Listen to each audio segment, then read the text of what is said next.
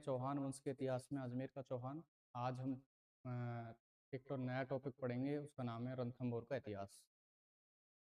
अपन बात करते हैं रणथंभौर के इतिहास की, तो यहाँ सबसे पहले जो चौहान वंश की स्थापना की थी वो पृथ्वीराज चौहान के पुत्र गोविंद राज के द्वारा की गई थी। तो यहाँ का जो पहला शासक है, यानी कि रणथंभौर में चौहान वंश का जो संस्थापक माना जाता है वो माना जाता है गोविंद राज को। और गोविंद राज किसके पुत्र थे? तो पृथ्वीराज चौहान या पृथ्वीराज तृतीय के पुत्र थे। नंबर एक,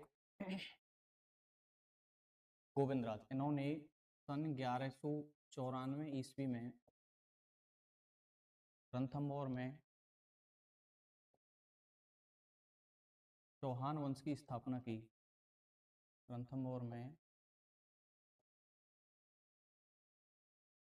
चौहान वंश की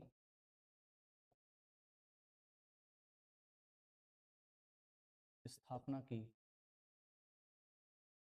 तो अपन से प्रश्न पूछा जाए कि चौहान वंश का संस्थापक कौन है, तो अपन को आंसर देना है वासुदेव चौहान, जिन्होंने सांभर या सपाद लक्ष्य में चौहान वंश की स्थापना सन 551 ईस्वी में की। और अपन से पूछा जाए कि रणथंभौर में चौहान वंश का संस्थापक कौन है, तो अपना आंसर होगा गोविंद राज।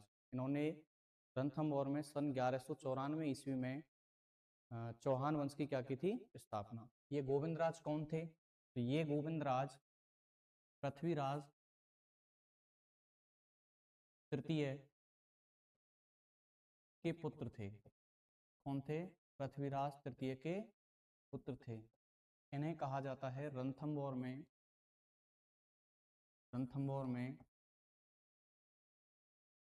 चौहान वंश का संस्थापक।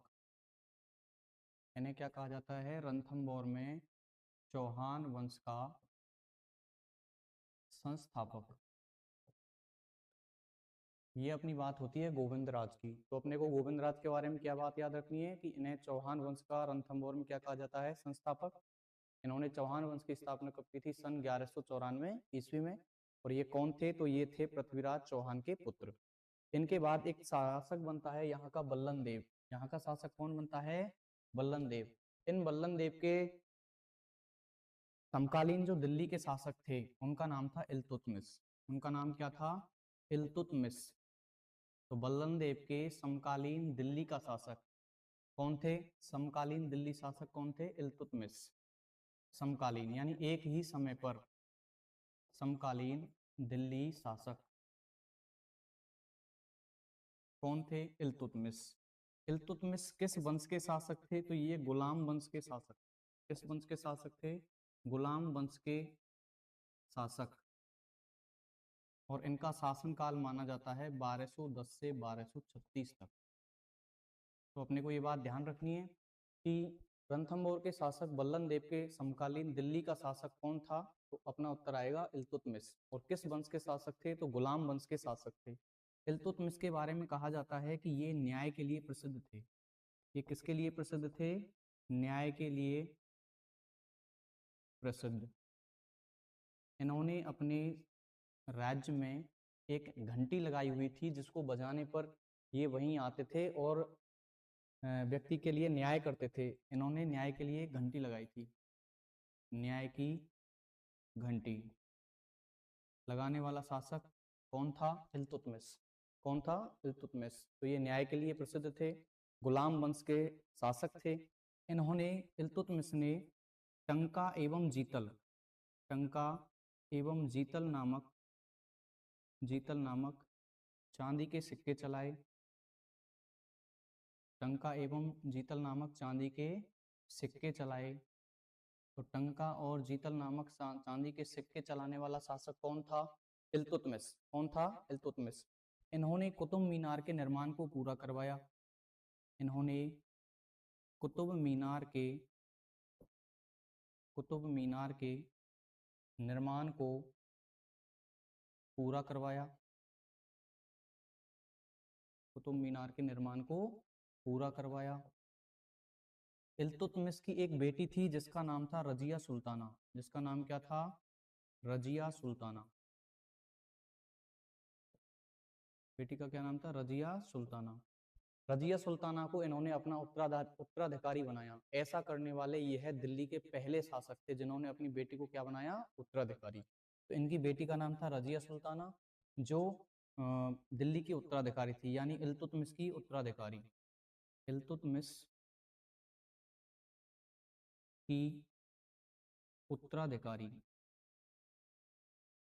इल्तुतमिश की क्या थी ये, उत्तराधिकारी। ठीक है, इन्होंने 40 सदस्यों का, इन्होंने 40 सदस्यों का समूह बनाया, 40 सदस्यों का समूह बनाया। इन्होंने, इल्तुतमिश ने कितने सदस्यों का समूह बनाया, 40 सदस्यों का, जिसे क्या कहा जाता है, जिसे तुर्कान ए चिलगानी कहा जाता है, जिसे क्या कहा जाता है, तुर्कान ए चिलगानी, जिसे तुर्कान ए चिलहगानी, चिलहगानी,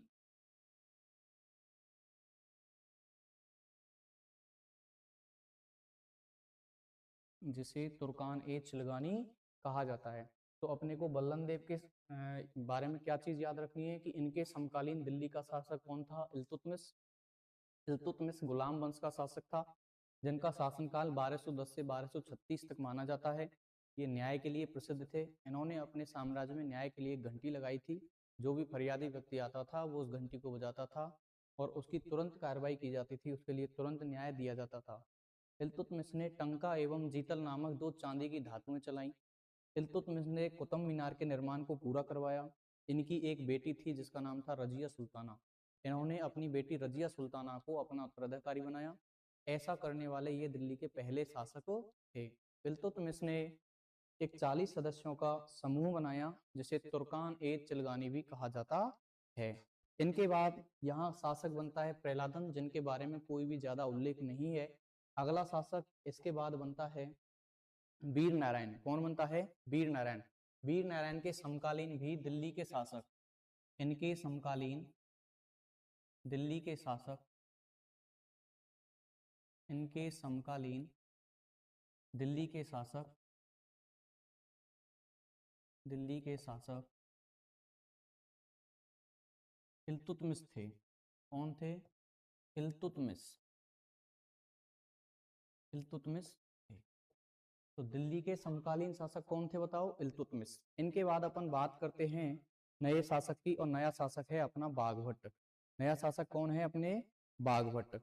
इन बाघभट्ट के समकालीन दिल्ली के जो शासक थे वो थी रजिया सुल्ताना। वो कौन थी, रजिया सुल्ताना, एक महिला शासक थी। दिल्ली की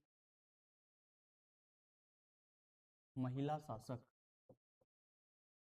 दिल्ली की महिला शासक इल्तुतमिश की बेटी, इल्तुतमिश की पुत्री, और दिल्ली की प्रथम महिला शासक कौन थी बताओ, रजिया सुल्ताना, जो किसके समकालीन थी, वो बाघभट्ट के समकालीन थी। अब क्या होता है, ये जो बाघभट्ट है यह है रणथंभौर का प्रथम प्रतापी शासक था। यह रणथंभौर का प्रथम प्रतापी शासक था। यह रणथंभौर का कौन था, प्रथम प्रतापी शासक, प्रथम प्रतापी शासक था। तो रणथंभौर का प्रथम प्रतापी शासक कौन था, तो वो था बाघभट्ट। इस बाघभट्ट ने 1236 में रणथंभौर पर अधिकार कर लिया। 1236 में रणथंभौर पर, रणथंभौर पर अपना अधिकार किया, रणथंभौर पर अपना अधिकार प्राप्त किया। रणथंभौर पर अपना क्या प्राप्त कर लिया, अधिकार प्राप्त कर लिया। ये जो बाघभट्ट था ये था रणथंभौर का शासक, और इधर दिल्ली की शासक थी रजिया सुल्ताना। कौन थी, रजिया सुल्ताना। जब दिल्ली के शासकों का, दिल्ली के गुलाम वंश का शासन रणथंभौर पर था, किस पर था, रणथंभौर पर, तो इस बाघभट्ट ने इस रणथंभौर को चारों ओर से घेर लिया। इस बात का पता जब रजिया सुल्ताना को चलता है तो रजिया सुल्ताना अपनी सेना लेके कहाँ जाती है, रणथंभौर में, और अपनी सेना लेके जाती है और रणथंभौर को चारों ओर से घेर लेती है। जब ये सूचना मिलती है तो बाघभट्ट यहाँ से भाग के चला जाता है वन में। कहाँ चला जाता है? वन में। कुछ दिन रजिया सुल्ताना रणथंभौर को घेरे रखती है। कुछ दिन के पश्चात रजिया सुल्ताना वापस जब यहाँ से दिल्ली जाती है तो इधर पीछे से बाघभट्ट रणथंभौर पर अपना क्या कर लेता है? अधिकार कर लेता है। रणथंभौर से ज्यादा कुछ रेवेन्यू नहीं आने के कारण रजिया सुल्ताना इसको अपने दिमाग से निकाल देती है और वो वापस कहाँ चली जाती है? दिल्ली। इस तरह से बाघभट्ट का अधिकार हो जाता है दोबारा से किस पे बताओ? रणथंभौर पे। तो रणथंभौर पर 1236 में अधिकार किसने प्राप्त कर लिया बताओ? बाघभट्ट ने। इसके बाद यहाँ का एक शक्तिशाली शासक बनता है जिसका नाम है जैत्र सिंह। इसका नाम क्या है? जैत्र सिंह। जैत्र सिंह।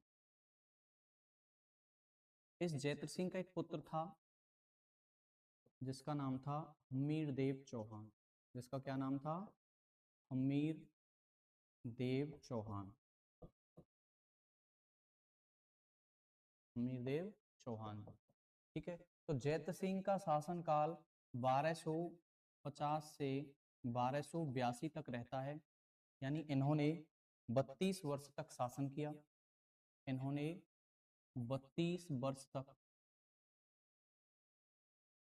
शासन किया। कितने वर्ष तक शासन किया? 32 वर्ष तक। और कब से कब तक किया? तो 1250 से और 1382 तक इन्होंने 32 वर्ष तक यहाँ पर शासन किया। इनके समकालीन दिल्ली का शासक यहाँ कौन था? तो इनके समकालीन इनके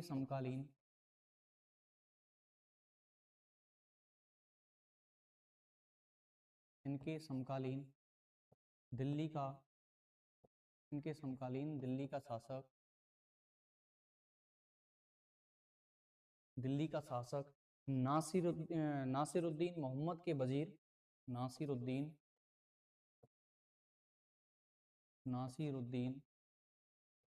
मोहम्मद के वजीर बलवन थे। मोहम्मद के वजीर बलवन थे। बलवन की लौह एवं रक्त की नीति प्रसिद्ध है। बलवन की कौन सी नीति? लौह एवं रक्त की नीति। कौन सी नीति प्रसिद्ध है इनकी? तो लौह एवं रक्त की नीति। तो जैत्र सिंह कब से कब तक शासन रहा इसका? 1250 से 1282। इसने 32 वर्ष तक रणथंभौर पर शासन किया। इनके समकालीन दिल्ली का शासक नासिरुद्दीन मोहम्मद का वजीर बलवन था और बलवन की लौह एवं रक्त की नीति प्रसिद्ध थी। इनके बाद इनका पुत्र हम्मीर देव चौहान यहाँ का शासक बनता है और ये रणथंभौर का अंतिम शासक था और रणथंभौर का सबसे प्रतापी शासक था। अब अपन देखते हैं हम्मीर देव चौहान। अपना शासक है हम्मीर देव चौहान। हम्मीर देव चौहान। इनका शासनकाल 1282 से 1301 तक रहता है। हम्मीर देव चौहान। सबसे पहले अपन इनकी सामान्य जानकारी देखते हैं। तो हम्मीर देव चौहान की नीति कौन सी थी? हर राजा की युद्ध लड़ने की एक नीति होती है। इनके युद्ध लड़ने की एक नीति थी जिसको अपन बोलते हैं दिग्विजय की नीति। कौन सी नीति? दिग्विजय की नीति। और दिग्विजय की नीति का मतलब होता है अपने आसपास के पड़ोसियों को हराकर उनसे अपनी अधीनता स्वीकार करवाना। ये कौन सी नीति होती है? दिग्विजय की नीति। तो हम्मीर देव चौहान 1282 में राजा बना और 1301 तक अपना यहाँ शासन करता है और इसकी नीति है दिग्विजय की नीति। हम्मीर देव चौहान गुलाम वंश और खिलजी वंश के समकालीन था। गुलाम वंश और खिलजी वंश के समकालीन था। यानी इसके समय पे गुलाम वंश के राजा दिल्ली में थे और इसी के समय पर खिलजी वंश के राजा दिल्ली में थे। तो ये दो वंशों के समकालीन था, गुलाम वंश और खिजली वंश। यह चौहानों का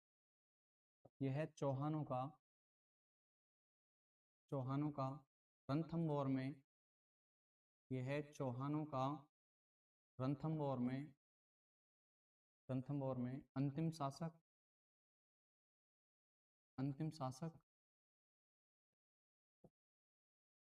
हाँ, यह चौहानों का सबसे प्रतापी शासक था। यह चौहानों का सबसे प्रतापी शासक था। सबसे प्रतापी शासक था। चौहानों का क्या था? सबसे प्रतापी शासक था हम्मीरदेव चौहान। हम्मीरदेव चौहान के पिता का नाम क्या था? तो हम्मीरदेव चौहान के पिता का नाम जय सिंह, इनकी माता का नाम हीरा देवी,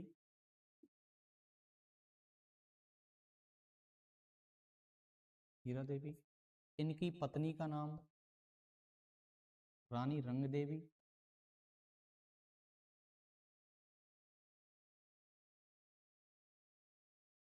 इनकी पुत्री का नाम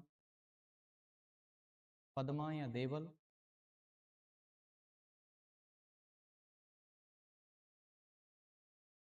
इनके घोड़े का नाम बादल या फरोरी,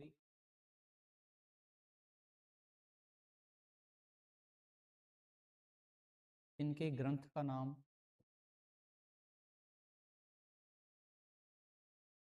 श्रृंगार हार। इनके ग्रंथ का नाम क्या था? श्रृंगार हार। तो इनके पिता का नाम जय सिंह, माता का नाम हीरा देवी, इनकी पत्नी का नाम रानी रंगदेवी, इनकी पुत्री का नाम पद्मा या देवल, इनके ग्रंथ का नाम श्रृंगारहार और इनके घोड़े का नाम बादल या फरोरी था। इनके गुरु के नाम की बात करें कि इनके गुरु का नाम क्या था? तो इनके गुरु का नाम था, इनके गुरु का नाम था राघव देव। गुरु का क्या नाम था? राघव देव। इनके दरबारी,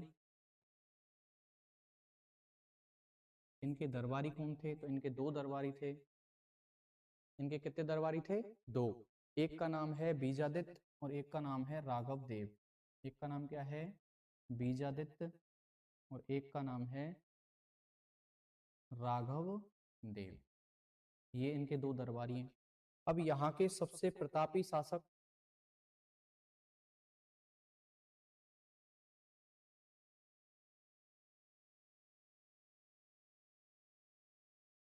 यहाँ के जो सबसे प्रतापी शासक हैं वो कौन है बताओ? हम्मीरदेव चौहान। अब इसकी जानकारी हमें किससे मिलती है? तो वो अपन देखते हैं। हम्मीरदेव चौहान यहाँ के सबसे प्रतापी शासक थे, इसकी जानकारी, यानी कि हम्मीरदेव चौहान की बारे में हमें जानकारी कहाँ से मिलती है? तो हम्मीरदेव चौहान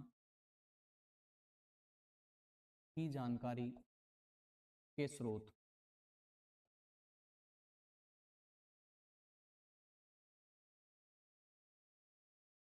इसके जानकारी के स्रोत हमें कहाँ से मिलते हैं? तो नंबर एक, हम्मीर महाकाव्य।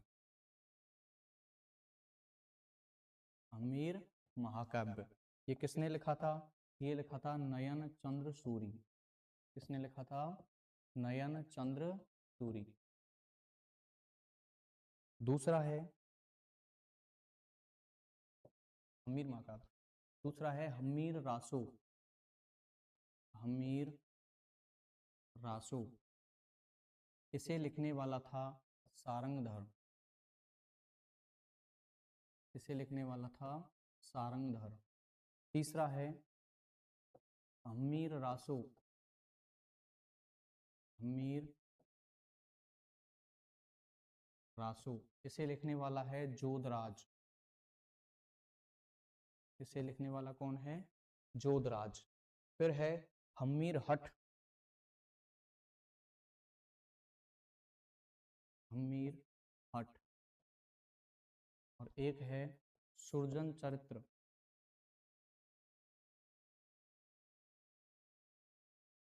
सुरजन चरित्र, इन दोनों को लिखने वाला है चंद्रशेखर।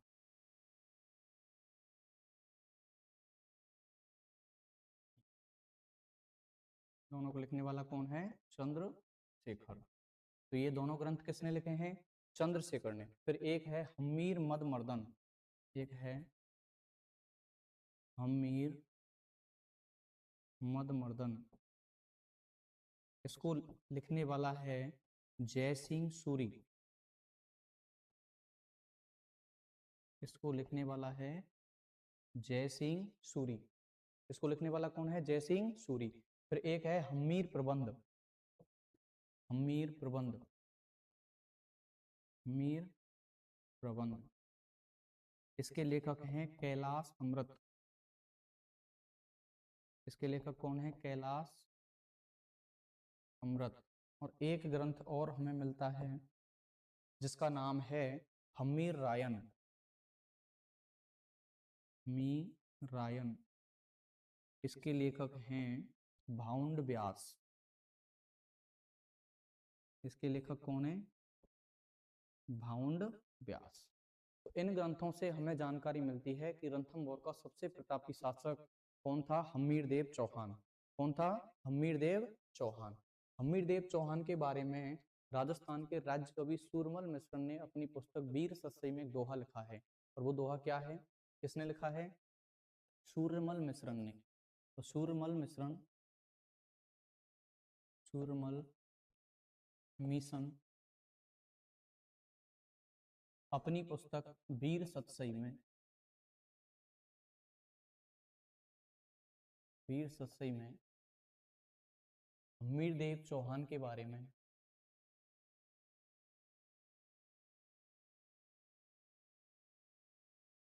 चौहान के बारे में क्या कहते हैं?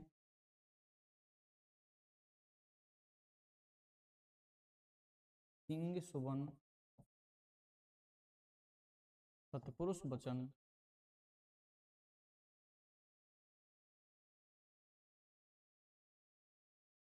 कदली फलय एक बार,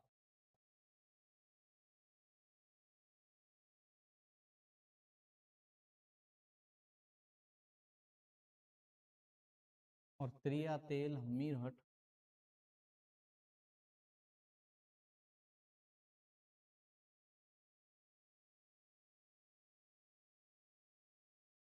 चढ़े ना दूजी बार।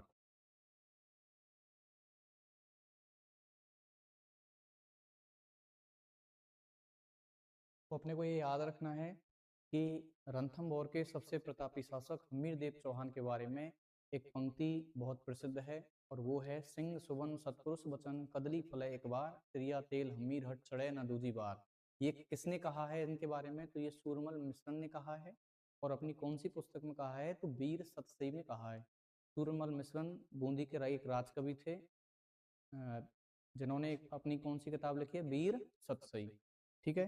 अब अपन बात करते हैं कि हमीरदेव चौहान के समकालीन, देखिए रणथंभौर का शासक कौन था? हमीरदेव चौहान। रणथंभौर के शासक कौन थे? हमीरदेव चौहान। इनके समकालीन दिल्ली के कौन कौन से शासक थे? हमीरदेव चौहान। इनके समकालीन यानी कि इनके समय पर दिल्ली के कौन कौन से शासक थे? तो इनके समकालीन दिल्ली के दो शासक थे। नंबर एक जेके यानी कि जलालुद्दीन खिलजी। इनका साम्राज्यकाल 1290 से 1296 तक यानी 6 वर्ष का माना जाता है। और इन्हीं जलालुद्दीन खिलजी के भतीजे और दामाद थे जिनका नाम है अलाउद्दीन खिलजी यानी कि AK। इनका शासनकाल 1296 से लेकर 1316 ईस्वी तक माना जाता है। तो हमीरदेव चौहान के समकालीन दिल्ली के खिलजी वंश के कितने शासक थे? तो दो। पहला शासक कौन था? जलालुद्दीन खिलजी।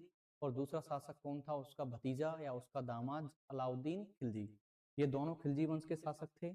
जलालुद्दीन खिलजी 1290 से लेकर 1296 तक शासक रहता है, और अलाउद्दीन खिलजी 1296 से लेकर 1316 ईस्वी तक शासक रहता है। इन दोनों शासकों की युद्ध लड़ने की जो नीति थी, इन दोनों शासकों के जो युद्ध लड़ने की नीति थी, वो नीति थी साम्राज्यवादी नीति। यानी ये दोनों राजा किस नीति का पालन करते थे? तो साम्राज्यवादी नीति का। यानी कि किसी भी तरह से अपने साम्राज्य का क्या होना चाहिए? विस्तार। ऐसी नीति क्या कहलाती है? साम्राज्यवादी नीति। तो साम्राज्यवादी नीति को फॉलो करने वाले दोनों शासक थे जलालुद्दीन खिलजी और अलाउद्दीन खिलजी। अब अपन आगे की बात करते हैं कि इधर रणथंभौर में शासन कर रहे थे कौन? हम्मीर देव चौहान। यहाँ शासन कौन कर रहे थे? हम्मीर देव चौहान। इनका शासनकाल क्या है? तो इनका शासनकाल 1282 से सन 1301 ईस्वी। इधर दिल्ली के शासक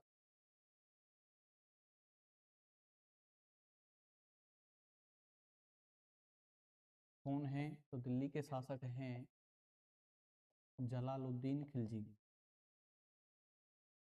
जलालुद्दीन खिलजी, और इनका शासनकाल है 1290 से 1296। इनके युद्ध लड़ने की नीति है वो है साम्राज्यवादी नीति। कौन सी नीति? साम्राज्यवादी नीति। तो ये दोनों शासक आपस में समकालीन शासक हैं। अब जलालुद्दीन खिलजी, जैसा कि इसकी नीति है साम्राज्यवादी नीति, ये अपने साम्राज्य का क्या करना चाहता है? विस्तार। तो साम्राज्यवादी नीति के तहत जलालुद्दीन खिलजी रणथंभौर के शासक हम्मीर देव चौहान पर आक्रमण करता है, और यह इस पर 2 बार आक्रमण करता है। कितनी बार आक्रमण करता है? 2 बार।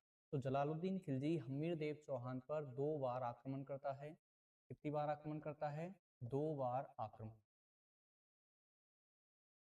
तो यह पहली बार आक्रमण करते हैं 1290 में, और इनका दूसरा आक्रमण होता है सन 1292 ईस्वी में। अब करते हैं, पहला आक्रमण होता है 1290 ईस्वी में और दूसरा आक्रमण होता है 1292 ईस्वी में। तो 1290 में जब आक्रमण होता है तो आक्रमण करते हैं झाइन दुर्ग पर। आक्रमण होता है झाइन दुर्ग पर। आक्रमण झाइन दुर्ग पर क्या होता है? आक्रमण। तो एक साइड से इस युद्ध में, यानी झाइन दुर्ग पर जब आक्रमण होता है तो एक साइड से तो होता है हम्मीर देव चौहान, हम्मीर देव चौहान वर्सेज, इधर होता है अपना जेके यानी जलालुद्दीन खिलजी। तो इस हम्मीर देव चौहान का एक सेनापति होता है जिसका नाम होता है गुरुदास सैनी। जिसका नाम क्या होता है? गुरुदास सैनी। इन गुरुदास सैनी की हो जाती है हत्या। इनकी क्या हो जाती है? हत्या, या इनको मार दिया जाता है। और झाइन दुर्ग पर जेके का अधिकार, यानी जेके यानी जलालुद्दीन खिलजी का झाइन दुर्ग पर अधिकार। झाइन दुर्ग पर अधिकार। लेकिन जलालुद्दीन खिलजी इस आक्रमण में रणथंभौर दुर्ग को नहीं जीत पाता है, क्योंकि उसको ऐसा सुनाई देता है कि हम्मीर देव चौहान की तैयारियां बहुत शानदार तैयारियां हैं, वो इस दुर्ग को नहीं जीत सकता। तो वो यहीं पर रुक जाता है, झाइन दुर्ग पर अपना अधिकार कर लेता है। अब वो सन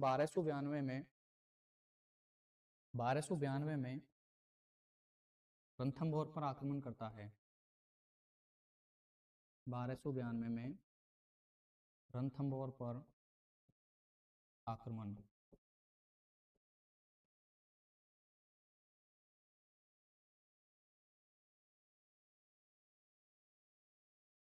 रणथंभौर पर क्या करता है? आक्रमण। और रणथंभौर पर जब आक्रमण करता है तो जेके का रणथंभौर पर अधिकार हो जाता है। जेके का रणथंभौर पर कुछ समय जेके का रणथंभौर पर कुछ समय घेरा डाले रहता है।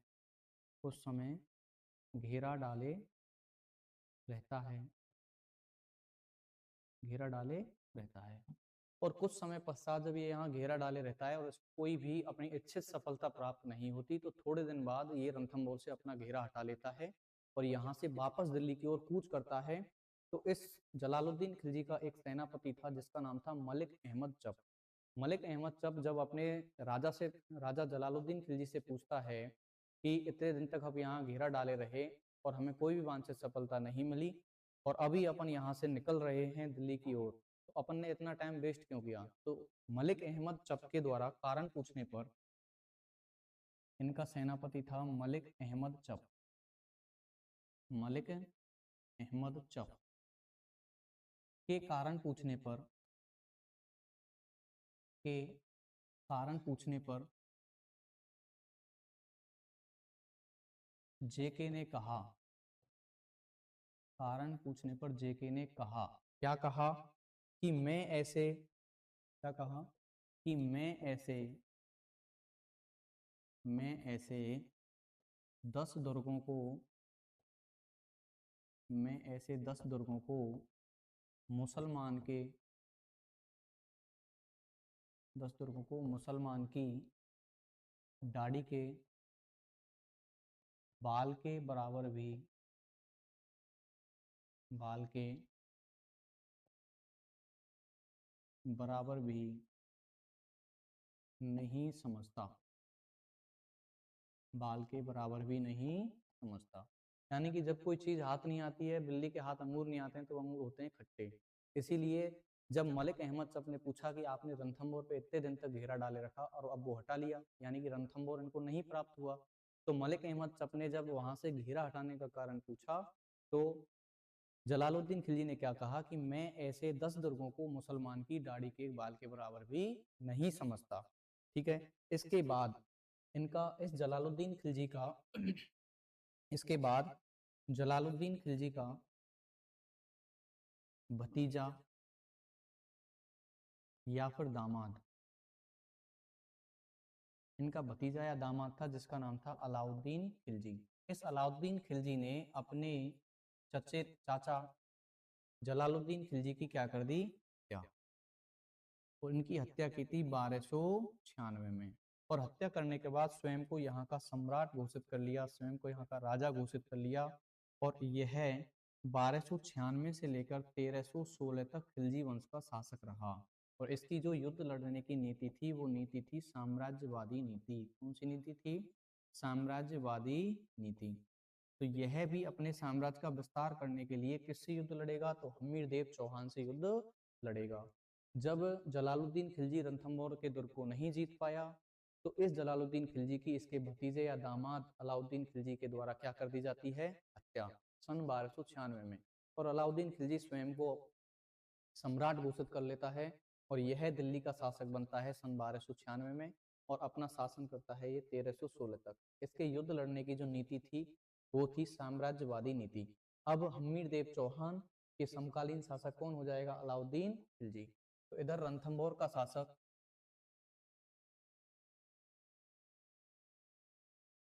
इधर रणथंभौर में शासन कर रहा है हम्मीर देव चौहान। कौन कर रहा है? हम्मीर देव चौहान। इसका शासनकाल है 1282 से लेके 1301 ईस्वी। और इसके युद्ध लड़ने की जो नीति है, वो है दिग्विजय की नीति। कौन सी है? दिग्विजय की नीति। ठीक। इधर दिल्ली का जो शासक है, दिल्ली का शासक है वो है अलाउद्दीन खिलजी, AK, यानी कि अलाउद्दीन खिलजी। और इसका शासनकाल है 1296 से लेकर 1316 ईस्वी। तो इसके युद्ध लड़ने की जो नीति है, वो है साम्राज्यवादी नीति। कौन सी नीति? साम्राज्यवादी नीति। ये दोनों शासक आपस में समकालीन हैं। इनकी नीति है दिग्विजय की नीति, यानी अपने आसपास के पड़ोसियों को हराकर उनसे अपनी अधीनता स्वीकार करवाना। और इधर खिलजी वंश का शासक है अलाउद्दीन खिलजी। इसकी नीति है साम्राज्यवाद की नीति, यानी कैसे भी करके अपने साम्राज्य का क्या करना है? विस्तार। अब इन दोनों के बीच युद्ध होता है, और उस युद्ध के क्या क्या कारण रहे, पहले अपन वो देखते हैं कि इनके युद्ध के क्या कारण रहे। तो पहला कारण माना जाता है युद्ध के कारण,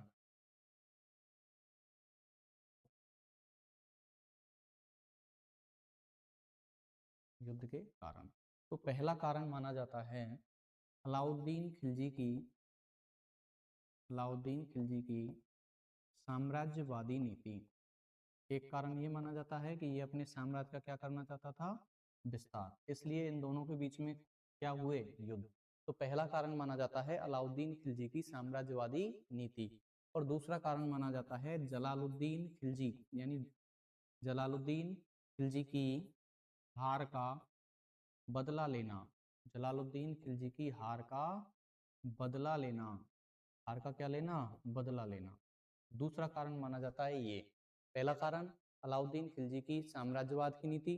दूसरा कारण जलालुद्दीन खिलजी की हार का बदला लेना। अब एक इतिहासकार हुए हैं बर्नी, जिन्होंने कहा कि हम्मीर ने कर देने से क्या कर दिया? मना, इसलिए इनमें युद्ध होता है। तो बर्नी के अनुसार, बर्नी के अनुसार, बर्नी के अनुसार हम्मीर ने, हम्मीर ने कर देने से, हम्मीर ने कर देने से मना कर दिया। अमीर ने कर देने से क्या कर दिया? मना। इसके कारण इनके बीच में क्या होता है? युद्ध। तो पहला कारण इसकी साम्राज्यवादी नीति को माना जाता है, दूसरा कारण जलालुद्दीन खिलजी की हार का बदला, और तीसरा कारण बर्नी कहता है कि इसने कर देने से क्या कर दिया? मना। और चौथा कारण अमीर खुसरो बताता है। चौथा कारण कौन बताता है? अमीर खुसरो। अमीर खुसरो ये अपनी पुस्तक तारीख ए एलाई, इसकी पुस्तक है जिसका नाम है तारीख ए एलाई, इस पुस्तक में कहता है कि इसने जो युद्ध किया उस युद्ध का कारण था राजनीतिक महत्वाकांक्षा। क्या कारण था? राजनीतिक महत्वाकांक्षा। तो अमीर खुसरो क्या बताता है युद्ध का कारण? राजनीतिक महत्वाकांक्षा। अब अपन को एक और कारण देखते हैं, और वो कारण है हम्मीर हट। एक ग्रंथ है हम्मीर हट, हम्मीर हट, और हम्मीर हट के लेखक हैं चंद्रशेखर। लेखक कौन है इसके? चंद्रशेखर। तो चंद्रशेखर के ग्रंथ हम्मीर हट के अनुसार इन दोनों के बीच युद्ध का कारण मिलता है प्रेम प्रसंग। युद्ध का कारण क्या मिलता है? प्रेम प्रसंग।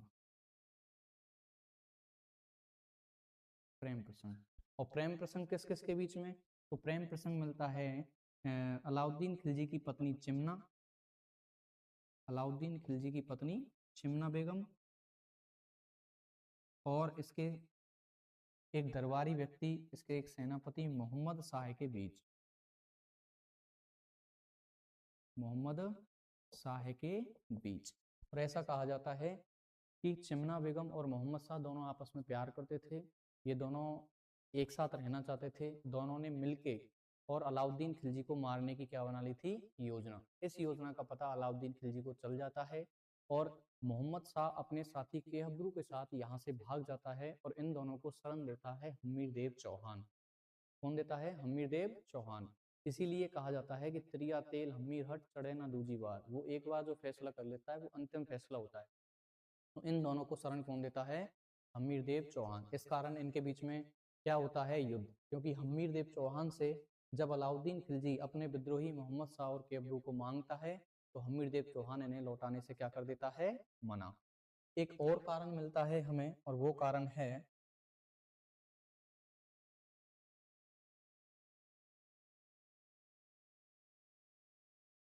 वो कारण हमें मिलता है, अगला पेज लेते हैं, कानड़दे प्रबंध के अनुसार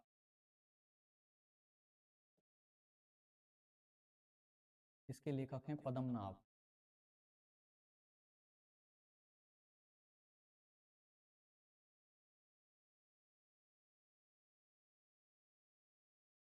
कानड़दे प्रबंध के अनुसार यहाँ है दिल्ली, और इसके शासक हैं अलाउद्दीन खिलजी।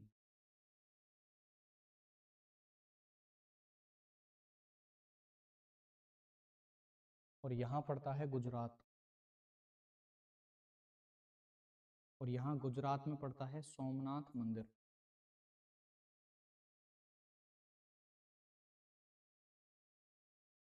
यहाँ के शासक थे कर्ण बघेल। यहाँ के शासक कौन है? कर्ण बघेल। और यहाँ के शासक हैं अलाउद्दीन खिलजी। इस जगह पर यहाँ पड़ता है जालौर। यहाँ क्या पड़ता है? जालौर। यहाँ पड़ता है मेवाड़। उस समय मेवाड़ के शासक थे समर सिंह। मेवाड़ के शासक कौन थे? समर सिंह। और यहाँ पड़ता है रणथंभौर। और रणथंभौर के शासक थे हमीर देव चौहान। हमीर देव चौहान। जब अलाउद्दीन खिलजी की सेना यहाँ से गुजरात जाती है तो जालौर वाले इसको अपना रास्ता नहीं देते हैं। फिर ये सेना यहाँ होके मेवाड़ होके और गुजरात जाती है और इस सोमनाथ के मंदिर को लूटती है। तो ये मेवाड़ के जो शासक थे समर सिंह, मेवाड़ के शासक कौन थे? समर सिंह। ये समर सिंह इसको मेवाड़ में जाने के लिए रास्ता देते हैं, उसके बदले में ये इनसे टैक्स या कर लेते हैं। ये इनसे क्या लेते हैं? कर। और कर लेके सेना को मेवाड़ से रास्ता देते हैं। अलाउद्दीन खिलजी की सेना सोमनाथ के मंदिर को लूटती है, यहाँ कई सारी शिवलिंगों को खंडित करती है। जब ये सेना वापस होती हुई जालौर जाती है तो जालौर में एक शासक था जिसका नाम था जैता देवड़ा। जिसका क्या नाम था? जैता देवड़ा। ये जैता देवड़ा इनके द्वारा लाए हुए माल को लूटता है।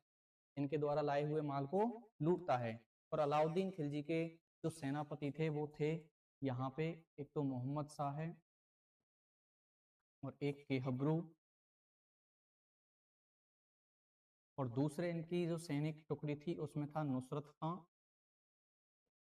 नुसरत खां, उलू खां और अलप खां। लूटे हुए माल के बंटवारे को लेकर मोहम्मद शाह और केहब्रू, नुसरत खां, उलगू खां और अलप खां के बीच झड़प होती है। इसी का फायदा उठाता है जैता देवड़ा। जैता देवड़ा इनके द्वारा लूटे हुए माल को खुद लूटता है और जो 5 शिवलिंग के टुकड़े थे उन शिवलिंग के टुकड़ों को भी ये प्राप्त कर लेता है और जालौर में ही 5 शिव जी के क्या बनवाता है?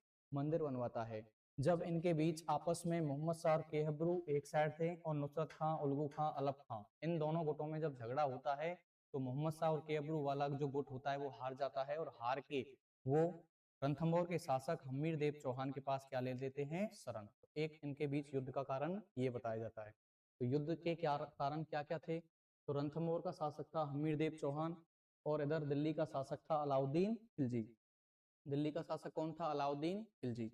तो इनके बीच जो युद्ध के कारण थे वो पहला कारण था कि अलाउद्दीन खिलजी की साम्राज्यवादी नीति। अलाउद्दीन खिलजी कैसे भी करके अपने साम्राज्य का क्या करना चाहता था? विस्तार।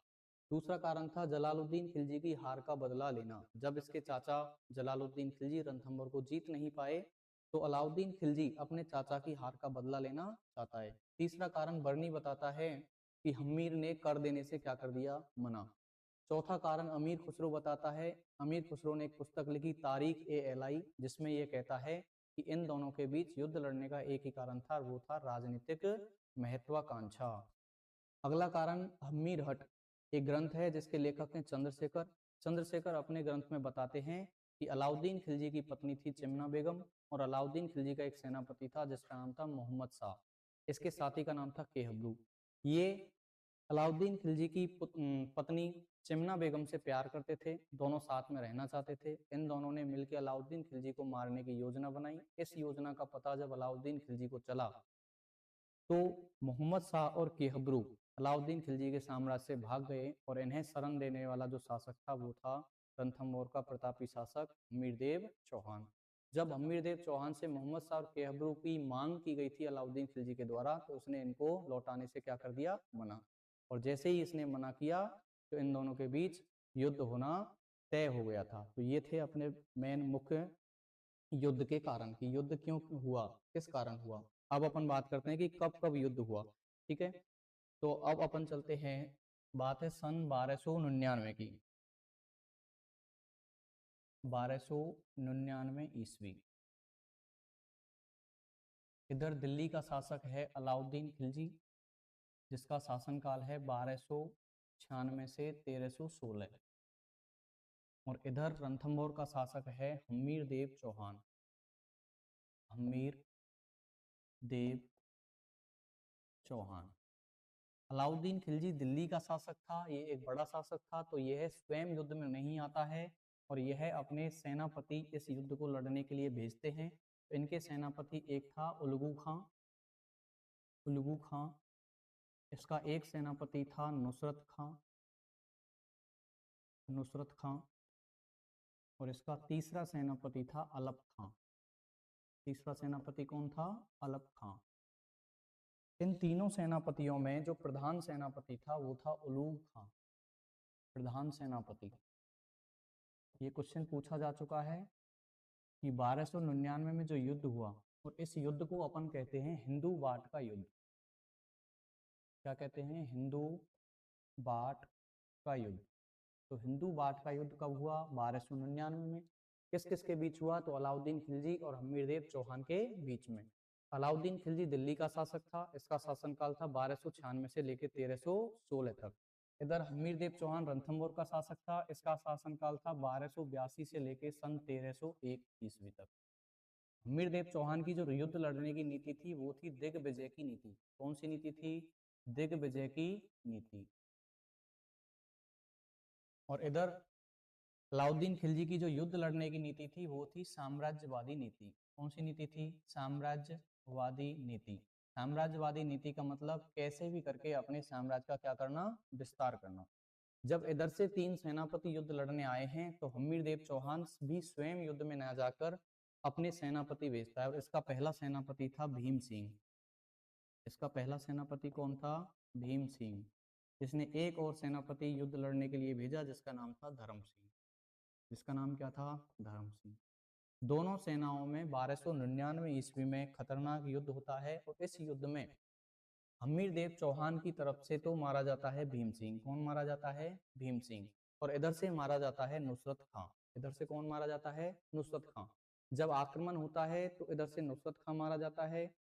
भीम सिंह और धर्म सिंह जब इस युद्ध को जीत रहे थे तो जीतने की खुशी में जैसे ही ये दोनों वापस जा रहे थे तो वापस जाते समय इस अलप खां ने आक्रमण किया। और उस आक्रमण में कौन मारा गया? भीम सिंह। उस आक्रमण में कौन मारा गया? भीम सिंह।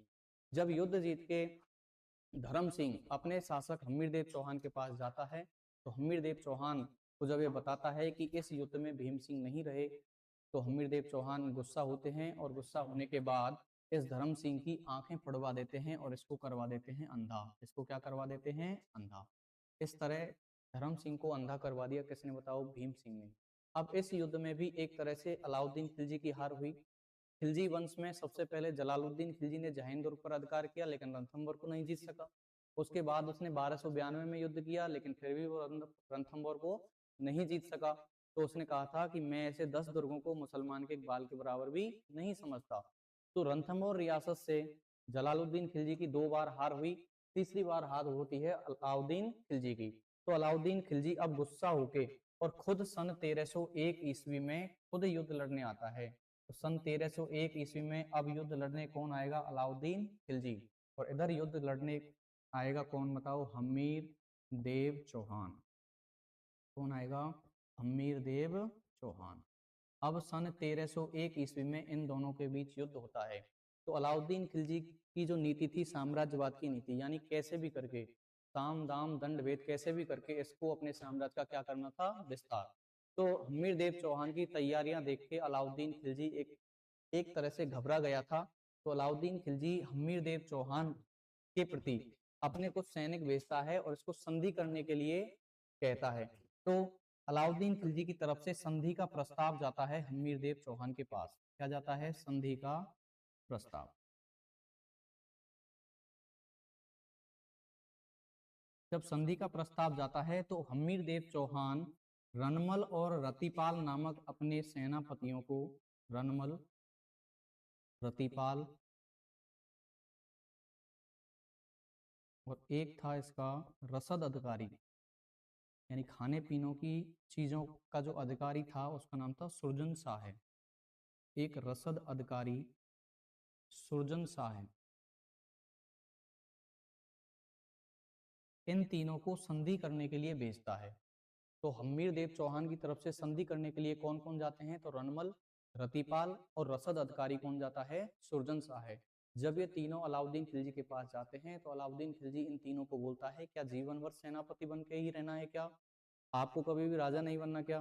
कुल मिला के इनको वो लालच देता है और लालच में आ जाते हैं कौन, रणमल, रतिपाल और सुरजन शाह है। और इनको राजा बनाने की कहता है कि मैं जैसे ही हम्मीर देव चौहान को मार दूंगा मैं तो चला जाऊंगा दिल्ली और तुम तीनों को यहाँ का क्या बना जाऊंगा, शासक।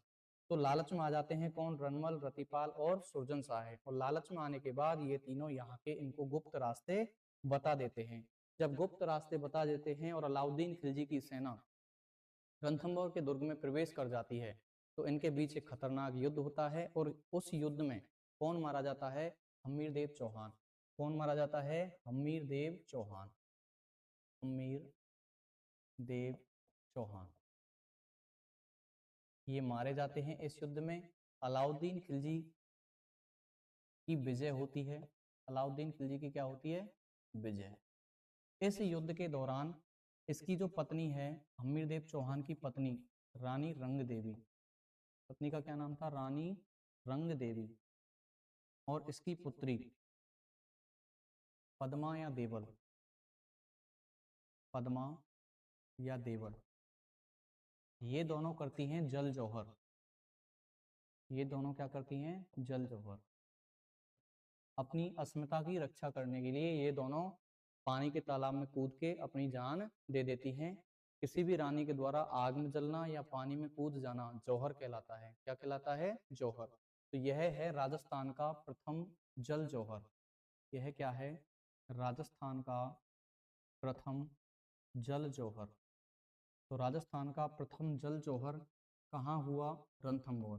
कहाँ हुआ, रणथंभौर। और करने वाले कौन कौन थे, तो हम्मीर देव चौहान की पत्नी रानी रंग देवी और हम्मीर देव चौहान की पुत्री पद्माया देवल, ये तो करते हैं जल जौहर। और हम्मीर देव चौहान करते हैं केसरिया।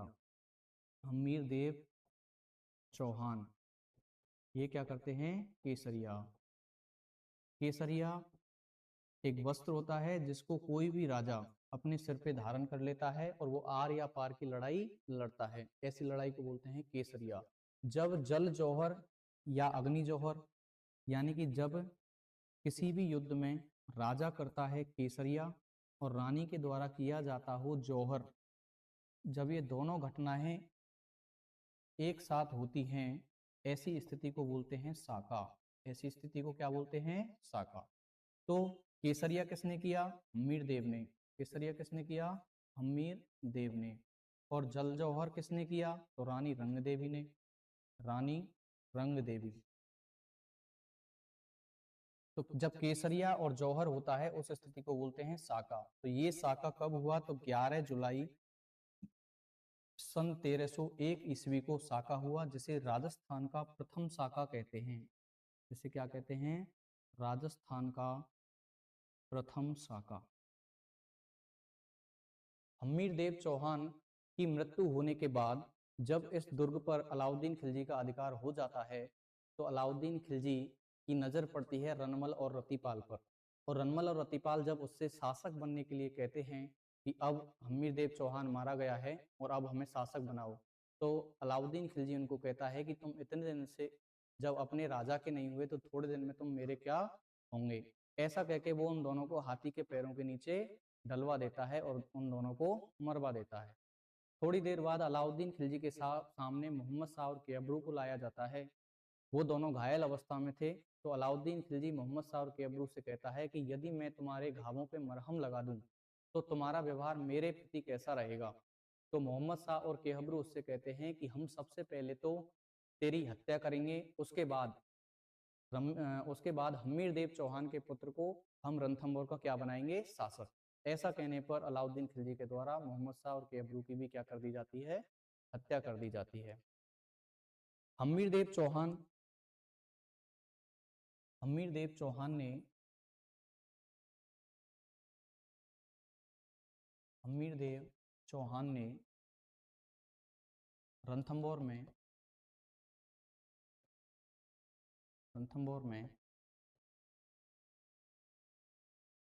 कोटि यजन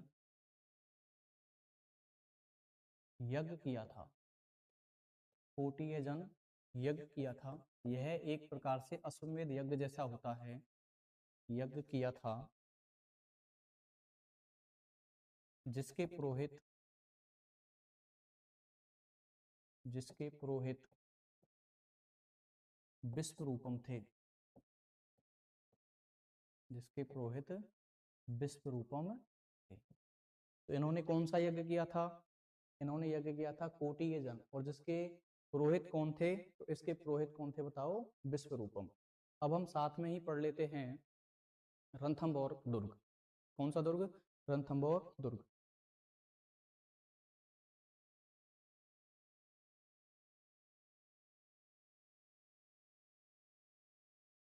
रणथंभौर दुर्ग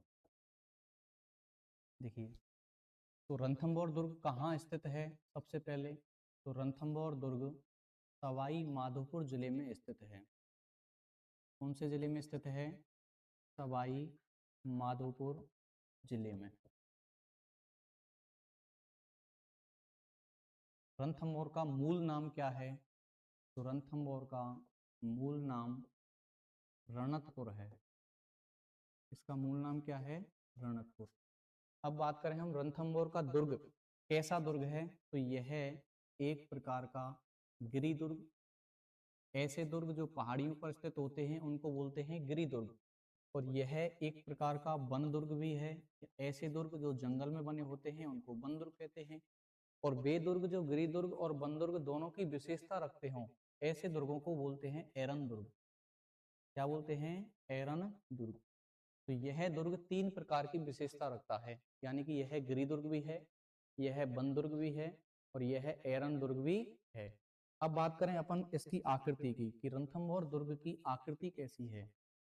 तो रणथंभौर दुर्ग की आकृति अंडाकार है। रणथंभौर दुर्ग की आकृति कैसी है? अंडाकार। रणथंभौर दुर्ग 7 पहाड़ियों से घिरा हुआ है। कितनी पहाड़ियों से? 7 पहाड़ियों से घिरा हुआ है। 7 पहाड़ियों से घिरा हुआ है। तो इसे दूर से यह नजर नहीं आता है। दूर से क्या नहीं आता है? नजर। 7 पहाड़ियों से घिरा हुआ है। रणथंभौर दुर्ग के दरवाजों की बात करें कि इसमें कितने दरवाजे हैं? इसके अंदर 7 दरवाजे हैं। कितने दरवाजे हैं? 7। अपन उनके नाम देखते हैं यहाँ कौन कौन से दरवाजे हैं। तो इसका पहला जो दरवाजा है वो है नवलखा दरवाजा। पहला क्या है? नवलखा दरवाजा। दूसरा दरवाजा है हाथी पोल। दूसरा क्या है? हाथी पोल। पोल का अर्थ ही होता है दरवाजा। तीसरा है गणेश पोल। तीसरा है गणेश पोल। चौथा जो दरवाजा है उसको बोलते हैं अंधेरी पोल। उसको क्या बोलते हैं? अंधेरी पोल। इसी को बोलते हैं वेलकम गेट। इसी को क्या बोलते हैं? Welcome gate. पांचवा दरवाजा है सूरज पोल। सूरज पोल। छठवां दरवाजा है सतपोल। और सातवां दरवाजा है दिल्ली पोल। सातवां दरवाजा क्या है? दिल्ली पोल। तो रणथंभौर दुर्ग में कितने दरवाजे हैं? 7। पहला दरवाजा कौन सा है? नवलखा दरवाजा। दूसरा कौन सा है? हाथी पोल। तीसरा कौन सा है? गणेश पोल। चौथा अंधेरी गेट या स्वागत द्वार या वेलकम गेट। पांचवा है सूरज पोल, फिर सतपोल, उसके बाद दिल्ली पोल। तो इसमें कितने दरवाजे हैं? तो 7 दरवाजे हैं। कितने दरवाजे हैं? 7। रणथंभौर दुर्ग कहाँ स्थित है? तो सवाई माधोपुर जिले में स्थित है। इसका मूल नाम क्या है? तो इसका मूल नाम रणकपुर है। रणथंभौर दुर्ग की आकृति कैसी है? तो इसकी आकृति है अंडाकार। आकृति कैसी है? अंडाकार। कितनी पहाड़ियों से घिरा हुआ है? तो यह 7 पहाड़ियों से घिरा हुआ है। कितनी पहाड़ियों से घिरा हुआ है? 7। इसमें दरवाजे कितने हैं? तो इसमें 7 दरवाजे हैं। कितने दरवाजे हैं? 7। अब अपन बात करें कि इस दुर्ग के अंदर प्रमुख रूप से कौन कौन सी चीजें हैं। इस दुर्ग के अंदर प्रमुख रूप से कौन कौन सी चीजें हैं? तो सबसे पहले यहाँ एक है रनिहाड़ तालाब। कौन सा तालाब है? रनिहाड़ तालाब। यहाँ एक तालाब है जिसको बोलते हैं पद्मा तालाब। क्या है? पद्मा तालाब। यहाँ पे एक संत की दरगाह है जिसे बोलते हैं पीर सदरुद्दीन की दरगाह। यहाँ क्या है? पीर सदरुद्दीन की दरगाह स्थित है। यहाँ पर है एक जोगी महल। यहाँ पे क्या है? जोगी महल। यहाँ पे एक बना हुआ है बादल महल। क्या बना हुआ है? बादल महल। यहाँ पे एक महल है जिसे बोलते हैं सुपारी महल। जिसे क्या बोलते हैं? सुपारी महल। यहाँ पर एक गंगा है जिसको बोलते हैं गुप्त गंगा। जिसे क्या बोलते हैं? गुप्त गंगा। इस दुर्ग में जबरा भवरा, इस दुर्ग में जबरा भवरा अनाज के भंडार हैं। अनाज के भंडार हैं। यहाँ पर जैन मंदिर स्थित है। यहाँ पे जैन मंदिर भी क्या है? स्थित है। तो यहाँ पे देखो रणथंभौर दुर्ग जो है वो सवाई माधोपुर जिले में स्थित है। इसका मूल नाम रणकपुर था। यह है गिरिदुर्ग और बनदुर्ग दोनों श्रेणी में आता है, इसलिए इसको एरन दुर्ग भी कहा जाता है। इस दुर्ग की आकृति अंडाकार है। यह दुर्ग 7 पहाड़ियों से घिरा हुआ है। इस दुर्ग के कितने दरवाजे हैं? 7। और इसका सबसे प्रमुख जो प्रवेश द्वार है वो है नवलखा दरवाजा। इस दुर्ग के अंदर रनिहार तालाब, पद्मा तालाब, सुपारी महल, जोगी महल, गुप्त गंगा, जबरा बबरा अनाज के भंडार, जैन मंदिर भी इसके अंदर स्थित है। इसके अंदर मुसलमानों के एक प्रसिद्ध संत पीर सदरुद्दीन की क्या बनी हुई है? दरगाह। इस संत की दरगाह बनी हुई है? पीर सदरुद्दीन की दरगाह बनी हुई है। इसी दुर्ग के अंदर 32 खंभों की छतरी भी बनी हुई है। 32 खंभों की छतरी स्थित है। कितने खंभों की छतरी स्थित है? 32 खंभों की छतरी स्थित है। इस 32 खंभों की छतरी का जो निर्माण करवाया था वो निर्माण हमीर देव चौहान ने करवाया।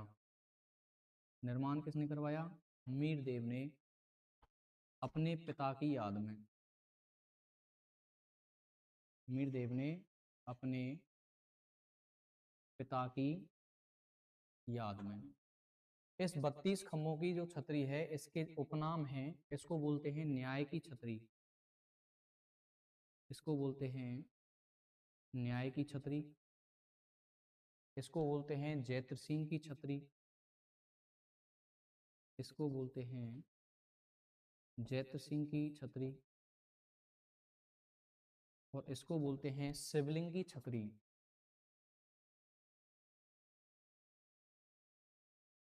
शिवलिंग की छतरी। क्या बोलते हैं? शिवलिंग की छतरी। 32 खंभों की छतरी, इसका निर्माण हमीरदेव चौहान ने अपने पिता की याद में करवाया, क्योंकि इनके पिता ने 1250 से लेकर 1282 तक यानी कि 32 वर्ष तक शासन किया। तो इनकी याद में कितने खंभों की छतरी बनवाई? 32। इन 32 खंभों की छतरी में हमीर बैठ के न्याय करता था, इसलिए इसको बोलते हैं न्याय की छतरी। जैत्र सिंह के नाम से बनवाई, इसलिए इसको बोलते हैं जैत्र सिंह की छतरी। और इस छतरी के नीचे शिवलिंग स्थित होने के कारण इसको बोला जाता है शिवलिंग की छतरी। इस रणथंभौर के दुर्ग में हिंदुओं का सबसे पवित्र मंदिर और सबसे प्रसिद्ध मंदिर है वो है गणेश मंदिर। कौन सा मंदिर है? गणेश मंदिर। इस गणेश मंदिर के बारे में देखते हैं अपन। तो ये जो गणेश जी हैं ये कैसे गणेश हैं? ये हैं त्रिनेत्र गणेश। त्रिनेत्र गणेश। इन गणेश के केवल शीश की पूजा होती है। इन गणेश के केवल शीश की पूजा होती है। इन गणेश के केवल किसकी पूजा होती है? शीश की पूजा होती है। इन गणेश जी पर एक मेला लगता है, उस मेले को बोलते हैं गणेश मेला। गणेश मेला। और गणेश मेला कब लगता है? गणेश चतुर्थी के दिन। गणेश चतुर्थी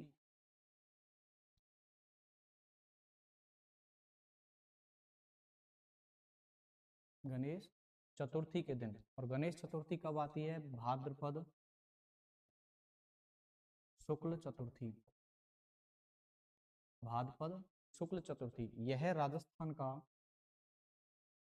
का सबसे बड़ा यह राजस्थान का सबसे बड़ा गणेश मेला है। यह राजस्थान का सबसे बड़ा क्या है? गणेश मेला है। तो रणथंभौर के दुर्ग में हिंदुओं का सबसे पवित्र मंदिर गणेश मंदिर है। ये कैसे गणेश हैं? ये त्रिनेत्र गणेश हैं। इनके केवल शीश की पूजा की जाती है। विवाह का पहला निमंत्रण इन्हीं गणेश जी को जाता है। विवाह का प्रथम निमंत्रण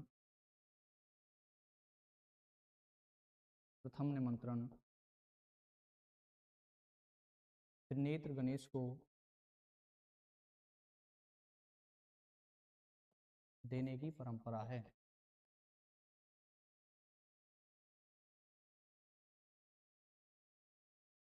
कैसे गणेश हैं? त्रिनेत्र गणेश हैं। इनके केवल शीश की क्या की जाती है? पूजा की जाती है। इनका मेला गणेश चतुर्थी के दिन, भाद्र शुक्ल चतुर्थी के दिन लगता है, जो कि राजस्थान का सबसे बड़ा गणेश मेला माना जाता है। इन्हीं त्रिनेत्र गणेश को विवाह का पहला निमंत्रण देने की क्या रही है? परंपरा। अब अपन पढ़ते हैं कि रणथंभौर दुर्ग के बारे में किस किस व्यक्ति ने क्या क्या कथन कहे हैं। तो सबसे पहले जेके यानी जलालुद्दीन खिलजी।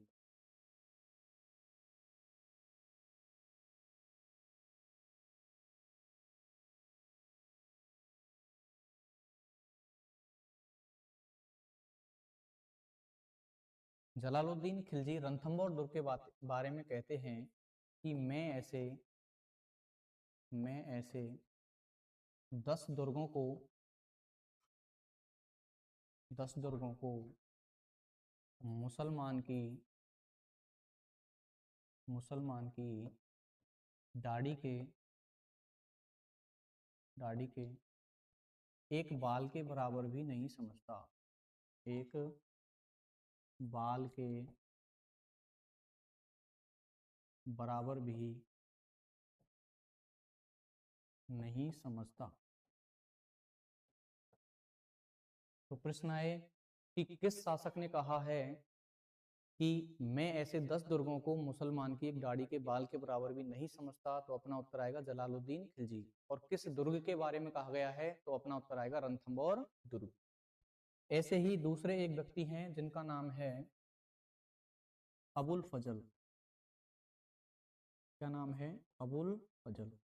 मैंने अभी अभी बताया कि रणथंभौर का जो दुर्ग है वह 7 पहाड़ियों से घिरा हुआ है, और 7 पहाड़ियों से घिरा हुआ होने के कारण वो दूर तक दिखाई नहीं देता है।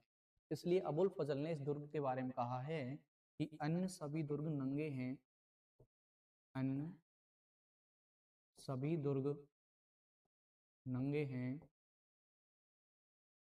जबकि जबकि यह दुर्ग बख्तरबंद है।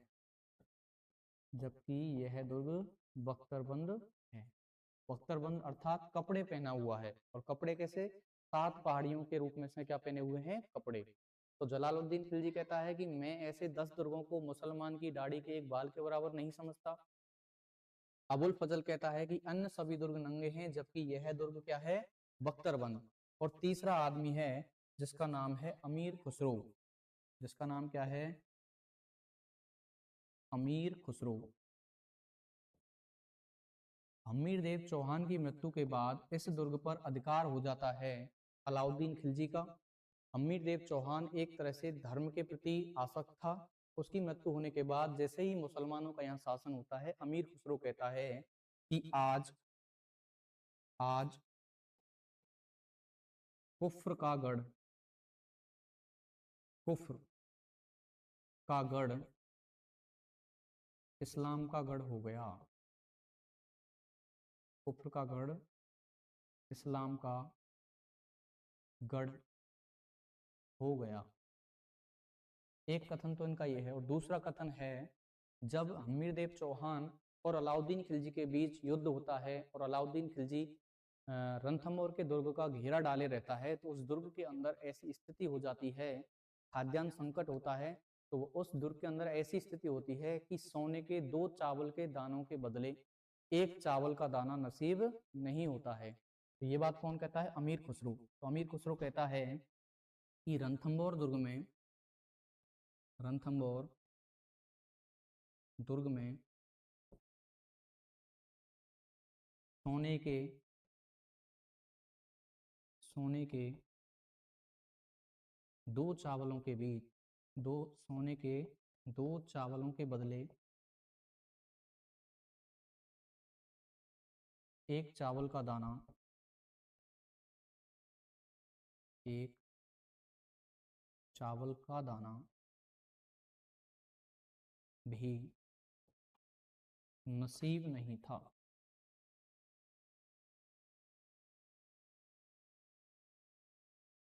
एक चावल का दाना भी क्या नहीं था? नसीब। एक बार पुनः देखते हैं।